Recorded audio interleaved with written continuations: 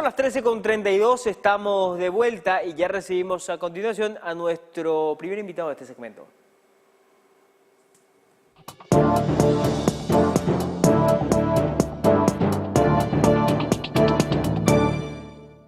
Estamos con Guillermo Sequera, director de Vigilancia de la Salud, y el tema que nos convoca una vez más es el dengue.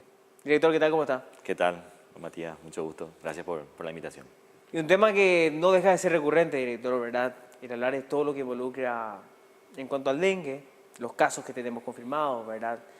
Lo que siempre venimos persiguiendo con esta campaña, ¿verdad? Lo de ser consciente con respecto a los criaderos que se generan, más todavía en estas épocas en las que estamos teniendo constantes lluvias, ¿verdad? Y como lo hablábamos hace un ratito, a diferencia del año anterior, parece que no vamos a tener eso que es necesario justamente para acabar con la proliferación de los vectores, que es un frío intenso y prolongado. Hasta ahora por lo menos no hemos tenido eso y todavía no hay indicios, así que la conciencia sigue siendo nuestro arma fundamental para poder reducir estos números, que si bien comparativamente con años anteriores son de cierta manera más bajos, siguen siendo números elevados, ¿verdad? Para un país en el que constantemente estamos con esto de las campañas. Sí, así mismo. Como decís, ¿verdad? Tenemos 4.500 casos de dengue confirmados de lo que va del año. Es un número leve a moderado, digamos, si comparamos los últimos 5 años por lo menos, ¿verdad? La epidemia estuvo concentrada en Ciudad del Este, entonces no se sintió mucho en Capital y a veces nos creemos un poco ombligo de nuestro país, ¿verdad? Ciudad del Este, Alto Paraná sufrió muchísimo esta epidemia. De estos 4.000 casos, prácticamente un tercio ocurrieron en ese territorio, en todo lo que es Alto Paraná, Mingaguazú, Ciudad del Este, ¿verdad? Presidente Franco también, Hernandarias. Y el otro lugar del epicentro este año también se concentró en Amambay, ¿verdad? De hecho, de las 7 muertes que tenemos este año en la epidemia del dengue, 2 de ellas 10 son de Pedro Juan Caballero y otras 2 son de Alto Paraná, ¿verdad? Luego tuvimos de estos 4.500 casos de dengue en casi todos los departamentos, en 13 departamentos del país. Y como estás diciendo, ¿verdad? Lastimosamente nos queda confiar un poco en el cambio de tiempo para que merme esta epidemia, que habitualmente empieza a bajar a mediados de mayo, ¿verdad? Los históricos muestran que a partir de mediados de mayo, segunda quincena de mayo empieza a bajar. No está bajando, tampoco está subiendo, ¿verdad? Pero no está bajando. Pero se mantiene. Se mantiene, ¿verdad? En el 2006, o sea, ya hace un buen tiempo, se vio una epidemia que se prolongó durante el invierno, ¿verdad? Es muy raro esto, generalmente se corta en el invierno la epidemia de dengue. Y empieza otra epidemia, que es la epidemia de influenza, ¿verdad? Todos los virus gripales, ¿verdad? Entonces ahora en este momento, con una epidemia de dengue que no está terminando y una epidemia de influenza que está empezando a arrancar, se nos están solapando dos epidemias en el mismo momento, y esto satura el sistema de salud, ¿verdad? Son enfermedades que cuando empiezan el brote se diseminan a nivel poblacional muy rápido y de manera muy rápida saturan el sistema de salud, teniendo 2 enfermedades muy epidémicas. Una de ellas controlable con la vacuna, la influenza, ¿verdad? Y el dengue controlable con las medidas preventivas de la comunidad. ¿Y son las 2 prevenibles? Son las 2 prevenibles. Volviendo al dengue, ¿verdad? ¿Qué pasa ahora que está lloviendo mucho? Consiguientemente esta semana no, ¿verdad? Pero las últimas 3 semanas llovió muchísimo. Y es que hay muchísima humedad en el ambiente también. Hay muchísima humedad, garúa, cuando nos llueve garúa, ¿verdad? O sea, la cantidad de humedad que había era altísima. Esto dificulta muchísimo el trabajo que hace el CENEPA, por ejemplo, todo lo que es la fumigación. No se pueden hacer la fumigación. Uno por el personal, ¿verdad? Y otro también porque al fumigar no se dispersa bien el insecticida. Los agentes, ¿no? Exactamente. Entonces, no se pueden hacer los ciclos correspondientes, se retrasan, ¿verdad? Entonces, aquí lo único que nos queda desde el punto de vista preventivo es lo que puede hacer la comunidad, ¿verdad? Cada uno en su casa, cada familia, ¿verdad?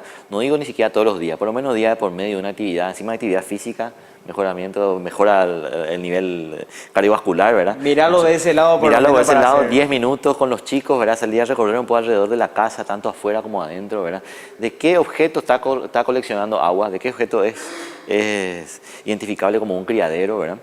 Y con eso vamos a revolucionar, ¿verdad? Esto desde el punto de vista individual y familiar, ¿verdad? Pero también la comunidad tiene que organizarse. Hay lugares donde parece que no es de nadie, ¿verdad? Los baldíos, que podemos echarle la culpa al dueño, pero el dueño vive en otro lado, ¿verdad? La comunidad tiene que organizarse también en las plazas, ¿verdad? Siempre digo que los sacerdotes tienen que tocar este tema en la homilía, ¿verdad? Es un problema de la Todos comunidad. tienen que tocar en Es un problema de la todas comunidad y la comunidad organizada tiene que tratarlo, tiene que estar en la agenda, ¿verdad? Estos son nuestros problemas de la comunidad, ¿verdad? Los clubes de fútbol, piquibole, ¿verdad?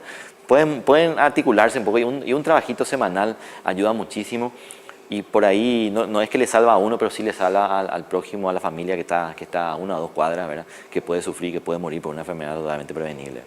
Claro, y en el caso de los baldíos, que verdaderamente son bastantes acá en Asunción y alrededores, uno puede hacer la denuncia, ¿verdad? Y vienen los agentes a hacer la limpieza correspondiente y después se le pasa la factura como corresponde al dueño del patio baldío si es que no se pone las pilas, porque hay una cosa también que es muy cierta y muy consabida de que el vector no solamente afecta en la casa, tiene un rango de vuelo de unas 2 cuadras aproximadamente, o sea Así que mismo. si vos limpias tu casa Así y tu mismo. vecino o el vecino del vecino no está haciendo lo propio, Sí, uno puede ser un maniático de la limpieza de su casa, pero si no tiene el factor colectivo de la comunidad, igual puede tener dengue, igual puede morir de dengue, ¿verdad? Por eso hay que superar la barrera de ver lo individual o intrafamiliar nomás, ¿verdad? Y salir un poco a la calle y hablar con los vecinos, ¿verdad? Hay espacios, hay comunidades que están haciendo esto, hay barrios que tienen sus espacios comunes. Yo siempre digo, la parroquia es el lugar por excelencia, ¿verdad? Pero hay otros espacios, ¿verdad? Hay otros espacios, clubes de barrio. O sea, esto tiene que estar en la agenda comunitaria porque es un trabajo colectivo, ¿verdad? Lo que hagamos para uno nos sirve para el barrio, ¿verdad? Y en salud pública muchas de las cosas que se pueden solucionar pasan por eso, desde la violencia, un listado largo, ¿verdad? claro, muchas de esas cosas son también prevenibles, ¿verdad? Por medio Totalmente. de las acciones, ¿verdad? Que son chiquitas, pero siempre las acciones más pequeñas son infinitamente las más grandes. Y las colectivas, ¿verdad? Y además nos estamos guiando un poco el tema, ¿verdad? Pero generan un poco ese sentido de pertenencia al Por barrio, supuesto. ¿verdad? A quererle a tu barrio, ¿verdad? Y bueno, a partir de ahí salen otras cosas más lindas, ¿verdad? No, por supuesto que cuando estamos hablando de dengue tenemos que extendernos un poco más, Claro. porque ya lo hicimos a lo específico, ¿verdad? Y si de esa manera no le llega a la gente. Lo que pasa es que hay algo también que está muy dentro de la cabeza del vulgo, ¿verdad? Del paraguayo en general, que es que mientras que no le pasa a uno, como que se siente inmune, ¿verdad? A esa situación. Recién cuando le pasa a él o a alguien de la familia dice, ah, no, sí, esto me puede pasar a mí, me puede volver a pasar y estas cuestiones. Y ni aún, ¿verdad? O sea, te pasa y 6 meses te portás bien y después... Volvés a los Sí, mismos vicios. Sí, lastimosamente es así, ¿verdad? Director, son 7 los casos de fallecidos hasta ahora por dengue, ¿verdad? Lo que nos da uno Son por mes 7. prácticamente, más de uno por Así mismo. mes en lo que va del año. Uno de ellos es un menor de 11 años, de Pedro Juan Caballero. La mayoría de ellos, 2 de ellos son, como te dije, de Alto Paraná, 2 de Almambay, otros 2 de Central, uno de Caguazú y, bueno, el último caso que es de Amambay, ¿verdad? La mayoría de ellos son pacientes que tenían alguna comorbilidad, son adultos mayores, la gran mayoría, ¿verdad? Tienen alguna comorbilidad o tenían alguna patología de base como diabetes, estaban saliendo cuando tenían un problema cardiopulmonar, ¿verdad? Tenían presión alta, algún problema que hace que el dengue sea más grave en estos casos. Que haya hecho que se complique más la salud del... Así mismo. Lo mismo pasa, y me meto a otro tema, ¿verdad? Pero es fundamental, con lo del tema de la gripe, ¿verdad? Y quiero insistir. La vacuna antigripal está recomendada para la gente que tiene factores de riesgo. Nosotros vemos en el histórico quiénes son los que mueren realmente de gripe o de influenza. Son los pacientes de riesgo, son los que tienen problemas cardiovasculares, son los que son asmáticos, tienen problemas pulmonares, los adultos mayores, ¿verdad? Esta es la gente que tiene que vacunarse contra la gripe, ¿verdad? Porque esta es la gente que muere. Y también el entorno, los que le cuidan, ya seamos los médicos, los enfermeros, las enfermeras, el sistema de salud, pero también los cuidadores del hogar, ¿verdad?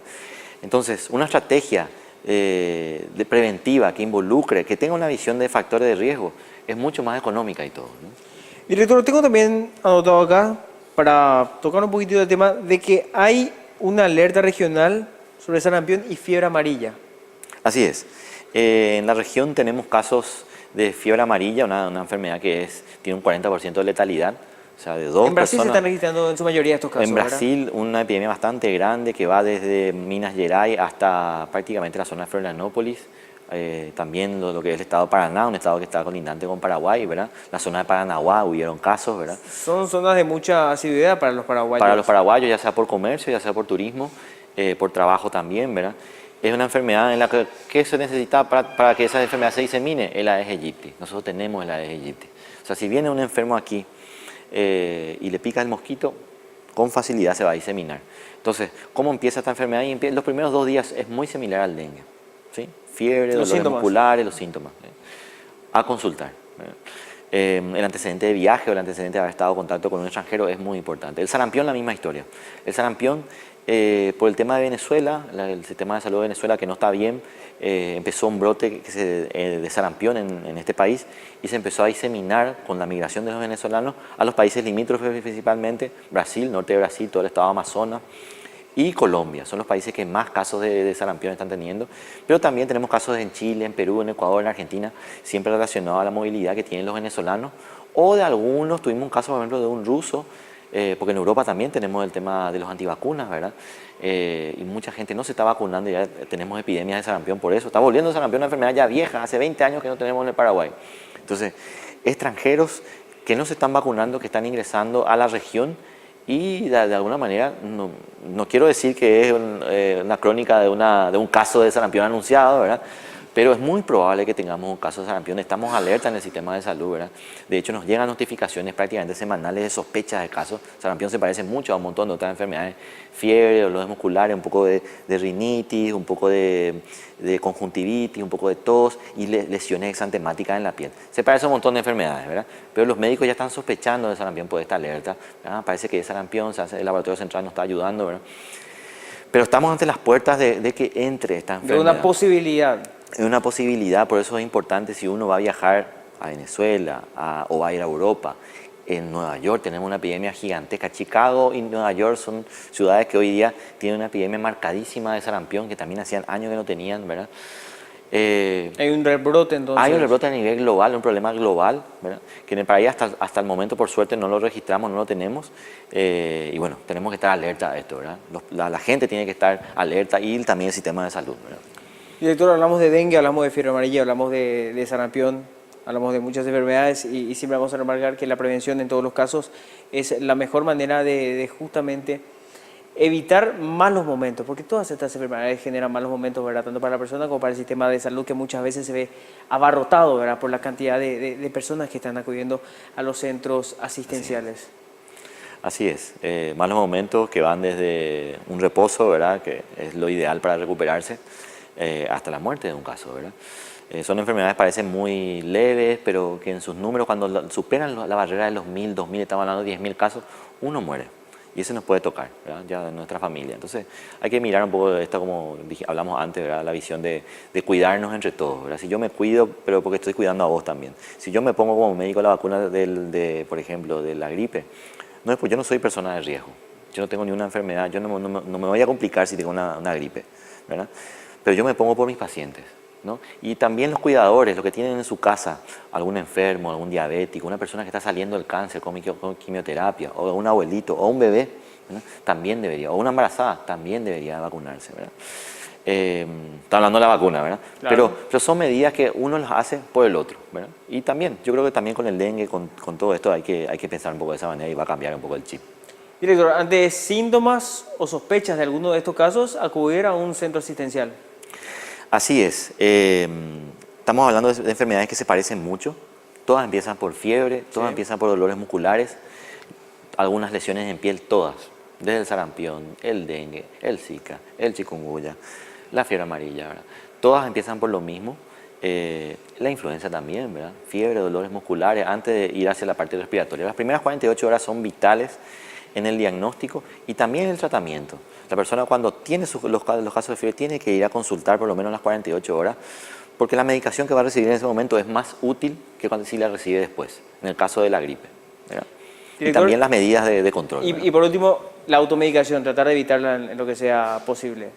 La automedicación es lo ideal que se elimine. Creo que esta gestión dio un gran paso al poner la barrera un poco para acceder a los antibióticos. Era una medida que teníamos pendiente.